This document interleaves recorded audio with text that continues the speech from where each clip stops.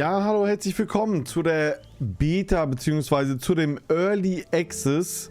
Wir durften jetzt schon einen Tag früher reingucken in Memoriapolis. Vielen Dank an 5PM Studio für die Bereitstellung. Wie gesagt, morgen, also ich versuche das Video noch so schnell wie möglich hochzuladen, morgen um 19 Uhr, also am 29. August um 19 Uhr, schaltet sich der Early Access frei bei Steam für Memoriapolis. Memoriapolis ist ja eine Städtebausiedlung, wo man aber auch Politik im Auge behalten muss, wo man auch ein bisschen Handel treiben muss und sowas alles. Also man baut quasi eine Stadt.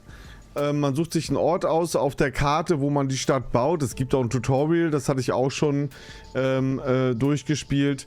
Und man baut diese eine Stadt und man baut diese Stadt über Jahrtausende. Ne? Also am Anfang ist man in der Antike, also man startet, glaube ich, beim Jahr 0. Und dann das nächste Zeitalter ist dann das Jahr 1250, also quasi das Mittelalter. Und später im Laufe des Early Access bis zum Release wird es noch 2 weitere Zeitalter geben, Renaissance und dann irgendwie noch eins. Und es soll auch eine deutsche Übersetzung kommen. Da sind auf jeden Fall nicht nur dieser kleine Text, der hier schon ein bisschen schwierig zu übersetzen ist. Es sind noch einige sehr viele Fachbegriffe. Also ich sag mal so, ja, man kann sich einiges auch übersetzen, aber ich freue mich auf jeden Fall auf die deutsche Übersetzung. Da bin ich schon sehr gespannt drauf. Und ja, wie gesagt, willkommen zum Early Access und wie gesagt, auch wenn jetzt noch Fehler auftreten sollten, wie gesagt, denkt dran, es ist eine Early Access Version. Wie gesagt, wir gehen hier mal kurz in die Settings rein. Ich mache mal Musik noch mal ein bisschen leiser. Dann hatte ich schon Grafikeinstellungen, kann ich euch nochmal zeigen, hier mit dem Anti-Aliasing. Es gibt hier auch DLSS, also man könnte hier auch DLSS aktivieren, auch schwächeren Systemen. Ansonsten habe ich hier alles auf High gestellt. High ist auch das größte. Hier dieses Deep of Field, also das ist quasi, dass das so ein bisschen blumenmäßig, also ein bisschen verschwommen ist. Das habe ich deaktiviert. Ich mag es lieber immer ein bisschen schärfer. Gut, dann legen wir mal los. Wir starten ein neues Spiel. Bin mal gespannt, ob das die gleiche Karte ist. Das würde mich ja mal interessieren. So, jetzt müssen wir erstmal auswählen, ja, mit welcher Destiny, also mit welchem Hintergrund wir hier starten. Wir könnten jetzt hier Craftsman nehmen. Das heißt, er hat die natürlichen Ressourcen um 25%. Ich glaube, Abundant heißt, dass die, ja, Abundant, dass die, glaube ich, mehr verfügbar sind. Kann das sein, dass 25% mehr Ressourcen verfügbar sind? Dann gibt es einmal den Trader. Der generiert ein passives Einkommen, wenn die Karawanen reisen. Dann gibt es hier einmal den Strategist, also den Strategen, der verhindert, dass bei Unfällen 20% weniger, also weniger Brand oder was hier halt für Unfälle passieren können. Also es kann auf jeden Fall ein Feuer ausbrechen, ist mir auch schon passiert, dass da 20% weniger Schaden ist, denke ich mal.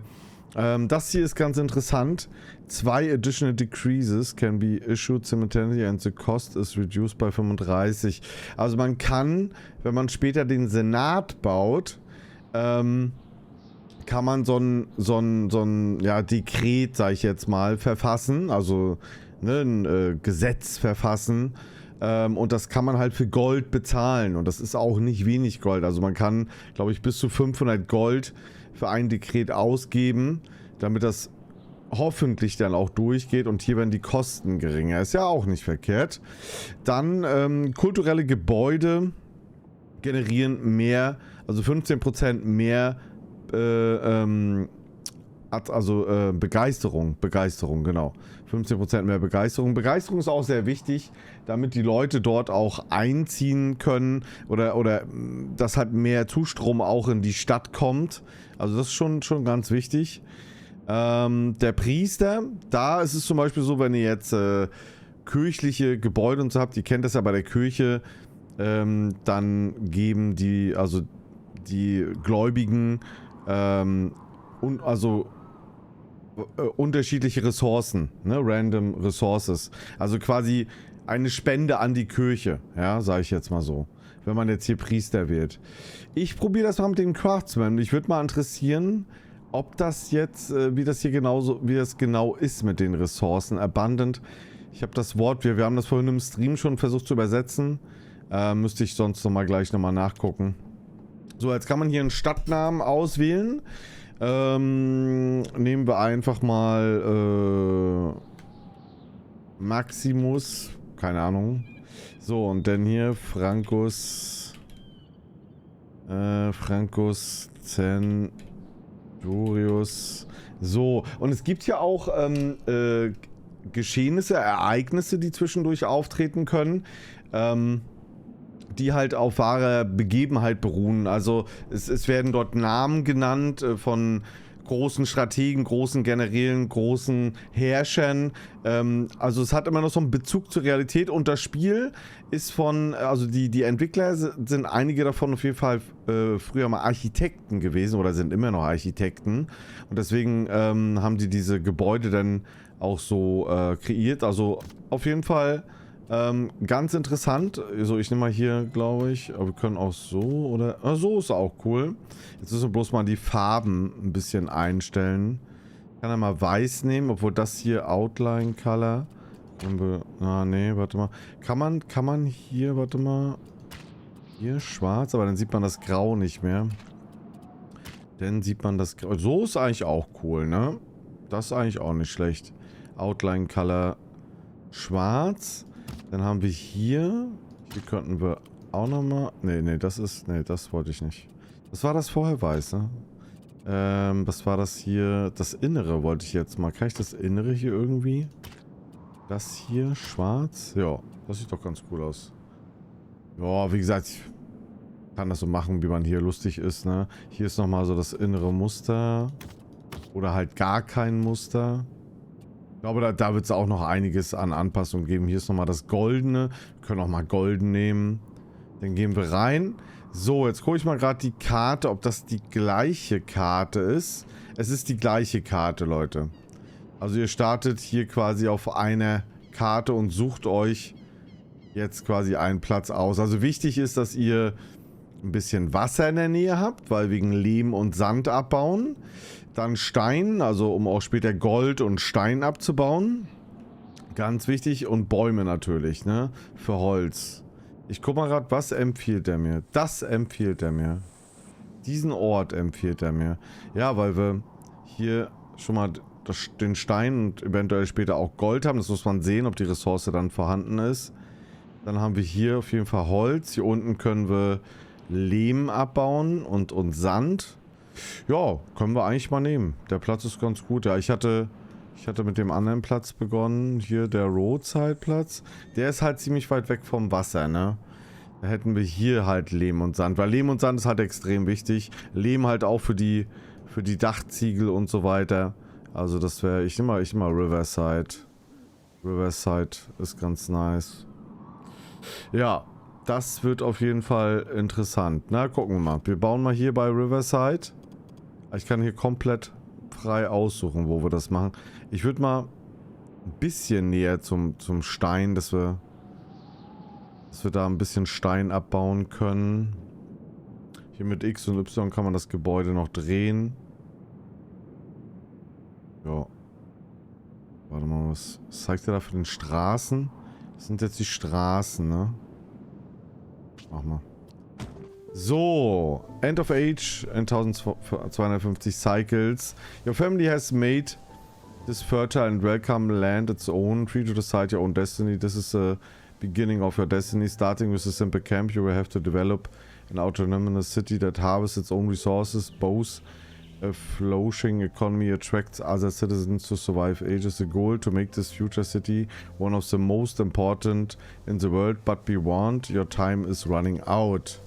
So, die Stadt läuft. So, also erstmal können wir mal pausieren und wir bauen eine kleine Farm. Die bauen wir am besten so weit wie möglich von der Stadt weg, weil die sehr viel Platz einnimmt. Oh, die mal hier hin. So, die wird jetzt gebaut. Dann, wir haben 14 Arbeitskräfte. So, dann machen wir noch ein Holzfällerlager. Hier haben wir 6000 Holz. Hier haben wir mehr. Ich würde hier den Holzfäller vielleicht hinbauen. Ganz am Rand. Ach, nee, hier. Ich kann auch hier hin. Guck mal, 8400. Und geht sogar noch mehr. 8600. 8700. Komm. So, Holzfäller. Und jetzt können wir die kleine... Ja, das müssen wir unten am Fuß. Ja, das ist natürlich... Hier, guck mal.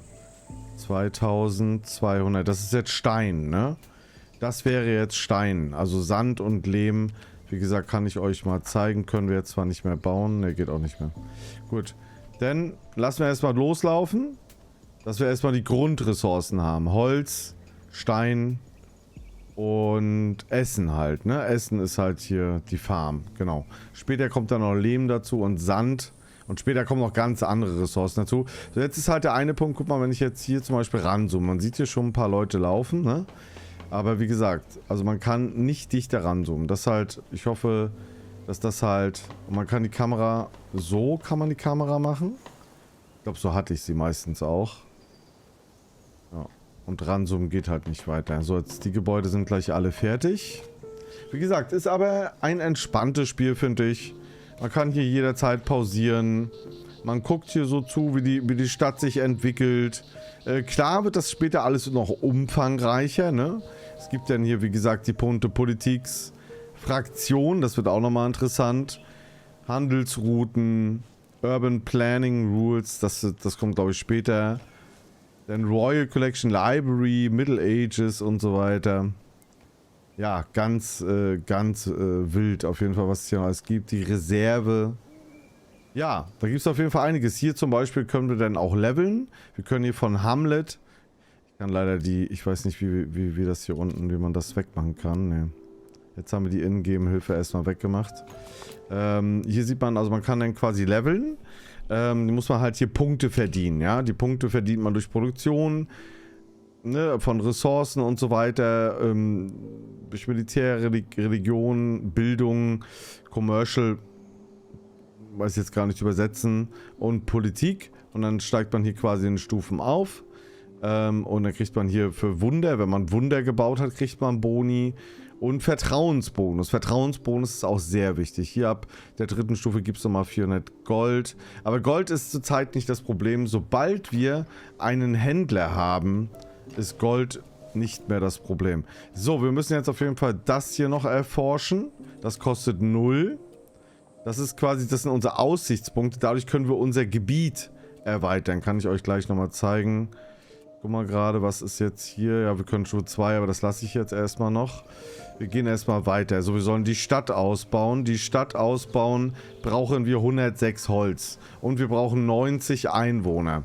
Also die Stadt ist immer sehr wichtig, hier dieses Dorfzentrum auszubauen. Das ist sehr, sehr wichtig, weil dadurch halt auch hier diese ganzen Ressourcen hier, also das Lager wird dadurch größer, was halt schon sehr wichtig ist. Jetzt sehen wir hier, wie hier so ein kleiner Distrikt aufgekommen ist. Ja, man sieht hier zum Beispiel, das sehe ich jetzt noch nicht, mit dem Filter. Hier sieht man den Attraktivitätsbonus. Und desto weiter wir hier die Industrie ausbauen, da geht der Attraktivitätsbonus natürlich runter, ne? So, hier, die hämmern hier, die schlagen auf die Steine. So, und jetzt zeige ich euch das mal zeigen. Also hier, so kann man quasi das Gebiet erweitern. Ich würde hier unten auch schon direkt erweitern, weil hier können wir dann nämlich, machen wir ein bisschen weiter vielleicht so. Hier können wir dann nämlich Lehm und Sand abbauen. Das sehen wir denn hier. Guck mal, jetzt haben wir hier ganz viel Sand. Lehm ist hier jetzt gar nicht. Okay, hier ist gar kein Lehm, hier ist nur Sand. Wo ist denn hier Lehm? Guck mal hier bei dem Wasser. Hier ist ganz viel Lehm. Okay, da müssen wir hier auch noch erweitern. Okay, hier ist ganz viel Lehm. Das ist doch schon mal gut. Ja, ist so ein bisschen sumpfig, das Gebiet. Ich glaube, hier hinten war auch noch Sumpf. Hier ist auch Lehm, ja. Mehr so in den sumpfigen Gebieten, ne? Guck mal, 8000 Lehm. Ja, gut. Dann bauen wir erstmal die Türme. Dann würde ich hier auch nochmal einen Turm bauen. Also die Türme sind, wie gesagt, nicht nur Müsst ihr gleich 2 Türme bauen. Die Türme sind nicht nur zur Verteidigung, ne? Sondern auch nicht jetzt, um jetzt unbedingt die Grenzen zu schützen, quasi das Umfeld, ne? Sondern halt auch generell, um das Gebiet zu erweitern. So, die Stadt wächst. Wir haben 80 Einwohner. Wir können gleich das Dorfzentrum erweitern. Forschungsstufen haben wir noch gar nichts hier. Keine kulturellen, kein Wunder, kein Service soweit. Das geht gleich los, Leute. So, ich trinke erstmal einen Schluck Käffchen, Leute. Wenn ihr auch einen ganz leckeren Kaffee trinken wollt, kann ich euch von meinem Partner Kaffeeshop E-Spezial sehr gerne zum Beispiel auch die Espresso-Bohnen empfehlen. Die haben auch vielen anderen Kaffee, auch wenn ihr gemahlenen Filterkaffee sucht, haben die auch. Dann kann ich euch die Espresso-Bohnen empfehlen, wenn ihr einen Vollautomaten oder einen Automat habt, wo ihr die Bohnen mahlen könnt. Und dann schön zum Cappuccino und Latte Macchiato. Ist wirklich ein Genuss, Leute. Der Link dazu ist unten in der Beschreibung drin. Kaffeeshop E-Spezial, Leute. Und wenn ihr dort bestellt, könnt ihr gerne am Ende der Bestellung mich erwähnen als Underwater Frank. Dann kriegt ihr noch ein paar Pralinen zu eurer Bestellung dazu. Wie gesagt, am Ende der Bestellung ist nochmal der Punkt, dass man einen Kommentar schreiben kann, kurz bevor man die Bestellung bestätigt. So, also einige Zyklen sind vorbei. Wir haben jetzt genügend Mitbürger und Ressourcen im Warenhaus, um unser Town Center abzugraden. Also graden wir hier mal ab. Das dauert jetzt auch nochmal ein bisschen. So, da haben wir jetzt auf jeden Fall, hier könnten wir jetzt schon wegen Sand und Lehm, das können wir jetzt rein theoretisch schon machen. So, hier haben wir 5000. Ja, ich glaube, hier unten ist mehr. Hier auf der linken oberen Seite. Mal gerade so 5500. Das ist nicht schlecht, Leute. Machen wir Sand. So, und jetzt hier, glaube ich, wird das noch nichts. Hier müssen wir noch ein bisschen dichter gehen. Hier haben wir 3000. Also wir könnten jetzt hier schon ein bisschen... Wir könnten bis 4000 Lehm. Wollen wir das machen? 4000 Lehm reicht doch auch, oder? Erstmal für den Anfang. 4000 Lehm. Wir können ja immer noch später hier noch mehr bauen. Wir können ja auch das noch ausbauen und so weiter. Und später, wenn man hier diese aufrüstet, erhöht sich der Radius. Ne? Aber es gibt später auch noch eine andere Möglichkeit, wie man den Radius vergrößern kann, nämlich mit Wundern. Ne? So, jetzt ploppt das hier wieder auf. Das machen wir mal weg, diese ganzen Schnelltipps. So, wir haben jetzt Zugriff auf die kulturellen Gebäude, auf Keramik-Workshop, Arena-Eis, Kulapium, Ego-Center, Via Edificium und Forum. Ihr seht hier schon die unterschiedlichen Punkte. Effekt, ne? Politik, Commercial, Bildung, Religion und Militär und Produktion. Ne? Also man soll nachher schon so ein bisschen gucken. Wir können das jetzt erforschen. Und ich würde euch wirklich raten, guck mal, das Architekturbüro, das machen wir auf jeden Fall, das kostet auch 0. Ich würde euch auch raten, da so ein bisschen breit gefächert reinzugehen. Also vielleicht am Anfang könnt ihr ja mit dem Keramik-Workshop anfangen. Dann vielleicht eine Arena oder hier Religion, ja. Weil ihr werdet das nachher gleich sehen. Ich weiß nicht, ob die Punkte jetzt schon zu sehen sind. Ich mache hier Religion auch nochmal gleich. Am besten auch wirklich von jeder Sorte mal eins bauen, ne? Also, dass alle, wie gesagt, zufrieden sind, ne? So, ich lasse das jetzt erstmal so, wir können später noch ein bisschen... Hier haben wir es jetzt, guckt mal. Begeisterung. Begeisterung ist sehr hoch. So, dann kommt hier, also Begeisterung 100, also Gesundheit halt auch. Ne, was, ja. So, dann haben wir hier Sicherheit 104. Belonging, das ist quasi Religion, also wie zufrieden sind auch, ne, die Kirche, sage ich mal, 104. Das ist Ansehen, Ansehen 104, 119 und Kreativität. So, wenn wir jetzt hier eins von diesen Gebäuden bauen, ich baue jetzt erstmal hier, ich gucke gerade mal, was hat das Gebäude nochmal für einen Vorteil? Das Architekturbüro generiert 50 Attraktivität. Okay, dann würde ich sagen, bauen wir mal das Architekturbüro. Können wir ja gerne hier mal einfach reinbauen. So, hat ein bisschen Radius auch. So, wir sollen jetzt einmal hier den Attraktivitätsfilter uns angucken. Hier ist halt alles sehr attraktiv. Sehr attraktiv. Sehr schön. Produce Attractive Zones. Ja, das machen wir ja, ne? So, jetzt sollen wir ein kulturelles Gebäude bauen. Ich würde sagen, das geht leider noch nicht. Wir brauchen noch ein bisschen Arbeiter. Entweder den Keramik-Workshop oder die Positive Influence Belonging, Positive Influence Health. Ne, die beiden Gebäude können wir jetzt schon mal dann gleich bauen. Sind aber gerade am Bauen, die Leute.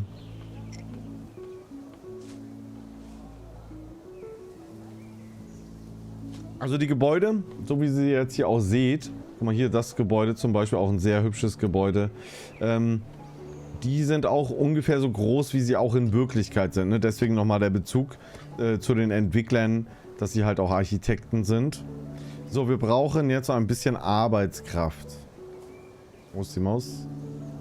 Arbeitskraft, die dürften gleich wieder verfügbar sein. Guck mal hier, die Farm hat sich hier schon richtig ausgebreitet. Wahnsinn. Guck mal, wie viele Felder das jetzt schon sind, ja. Deswegen habe ich auch gesagt, am besten so weit außerhalb der Stadt wie möglich. So, wir produzieren jetzt auch schon Sand und wir produzieren jetzt auch schon Lehm. Das heißt, wir haben erstmal die wichtigsten Ressourcen haben wir. Hier müssen wir jetzt zum Beispiel Wooden Beams, ja. Das geht jetzt nämlich weiter. Da brauchen wir dann nämlich so eine Art Schreinerei. Das können wir aber noch nicht bauen. Das dauert noch ein bisschen. Ich guck mal gerade, wie es hier aussieht. Hier können wir schon... Ja, wir brauchen halt 500 Punkte, ne? Um hier in die nächste Stufe zu kommen. So, Leute.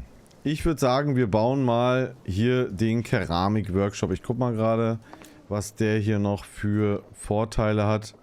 Keramik-Workshops, Begeisterung 175, Attraktivität 300. Das hört sich doch gut an. Also setzen wir... Guck mal, hier sind gleich zum Beispiel 2, die wir damit ansprechen würden. Die hier oben. Wieso eher nicht? Na, 2. Wir können das auch hier hinsetzen. So. Und jetzt haben wir Health. Also Health geht jetzt nach oben. Ja. Also brauchen wir Health jetzt hier quasi nicht dazu nehmen. Ich würde sagen, was geht hier runter? Ist alles gleich. Dann nehmen wir noch Safety mit rein, Leute. Würde ich sagen. Da haben wir 2 Punkte, die wir hier quasi hoch machen. Also das ist quasi die Begeisterung in unterschiedlichen Stufen hier, ne? Also unterschiedlichen Bereichen. So, hier oben wird jetzt nochmal gezeigt, ist Surprising Land. Guck mal, hier haben wir zum Beispiel eine Ruine, die können wir später reparieren. Da wird wahrscheinlich ein Gebäude draus entstehen, was auch nochmal Begeisterung oder für Begeisterung sorgt. Hier haben wir auch eine Ruine. Ne? Und hier genau das gleiche. Ich würde euch raten, diese nicht abzureißen. Ja, ihr kriegt halt ein paar Ressourcen, aber ich würd euch raten, die zu reparieren. Jetzt bauen sich hier auch schon die ersten größeren Distrikte mit mehr Einwohnern. Wir haben jetzt schon 200 Einwohner. Die müssen halt, wie gesagt... Ah ja, jetzt geht's los. Chapter 3. You have now access to service buildings. Horium und Marcellum. Horium offers numerous reserve slots. Sehr wichtig, Leute.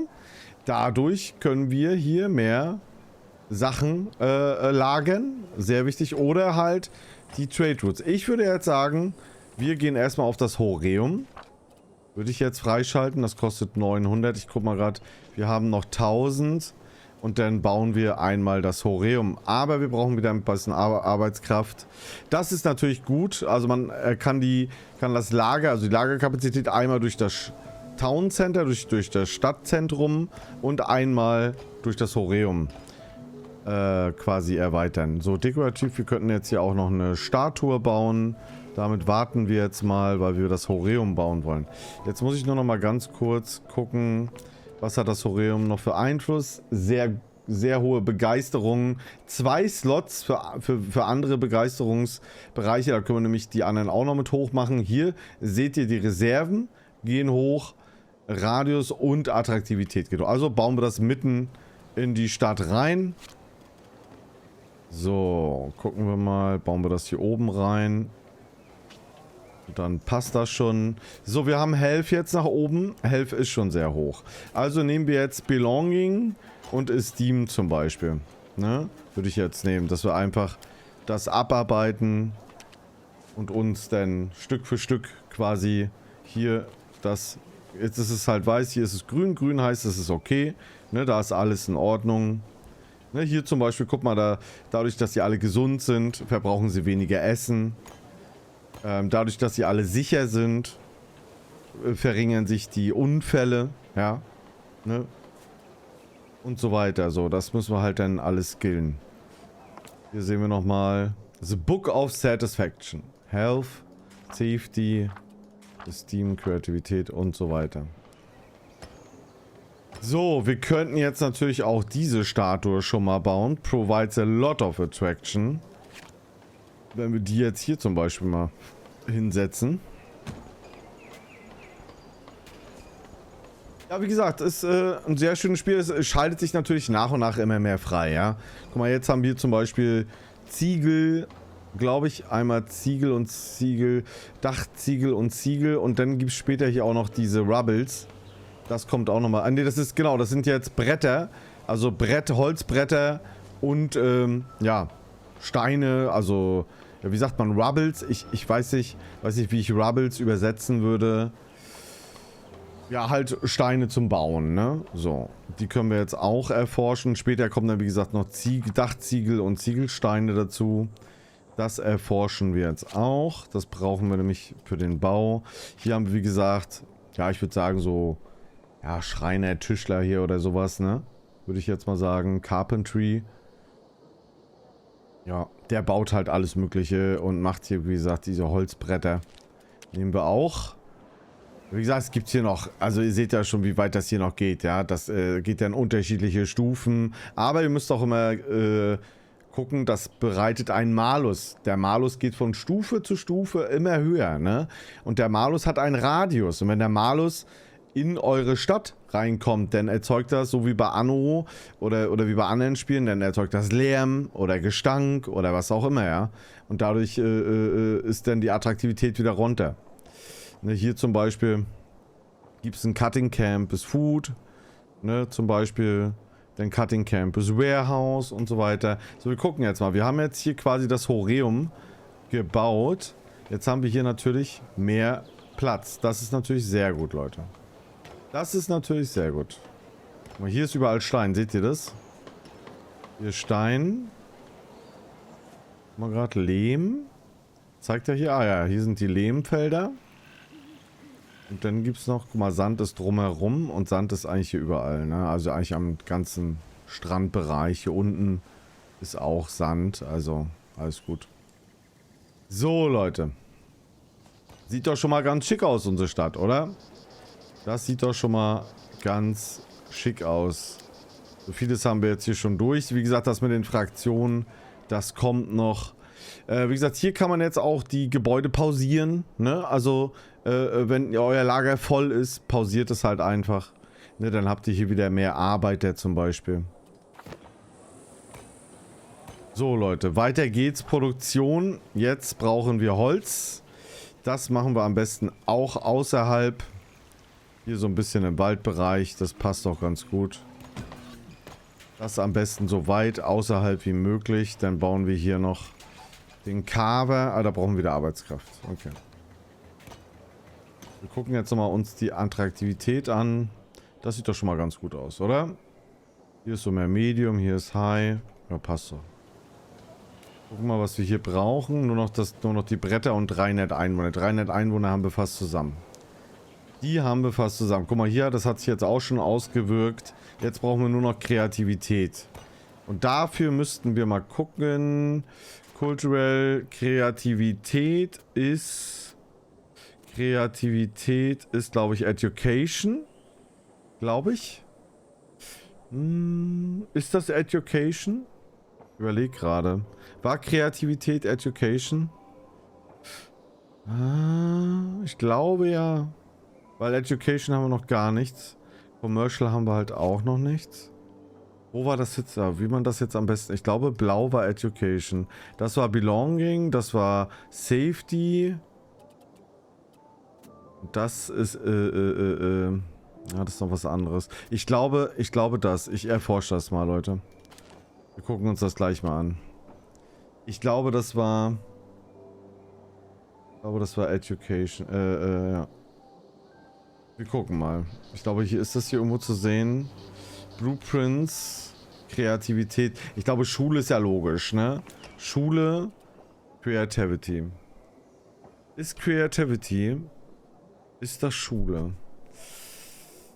Ja, wir gucken mal. Ich habe es mal erforscht. Wir gucken mal. So, Kreativität, da ist es doch. Schön. So, wir brauchen aber noch 17 Arbeiter. Ja, also Bildung fördert Kreativität. Aber Leute, ich werde jetzt an der Stelle erstmal Schluss machen. Oh, hier kommt die erste Fraktion, Leute. Die nehmen wir nochmal an. Collegium Laniorium ist an den Toren ihrer Stadt. Bekannt für ihre hohe Qualität der Handwerkschaft. Die Mitglieder der Kollegium spezialisieren in Wolle und andere Textilien. Nehmen wir an. Kommt rein, kommt ran.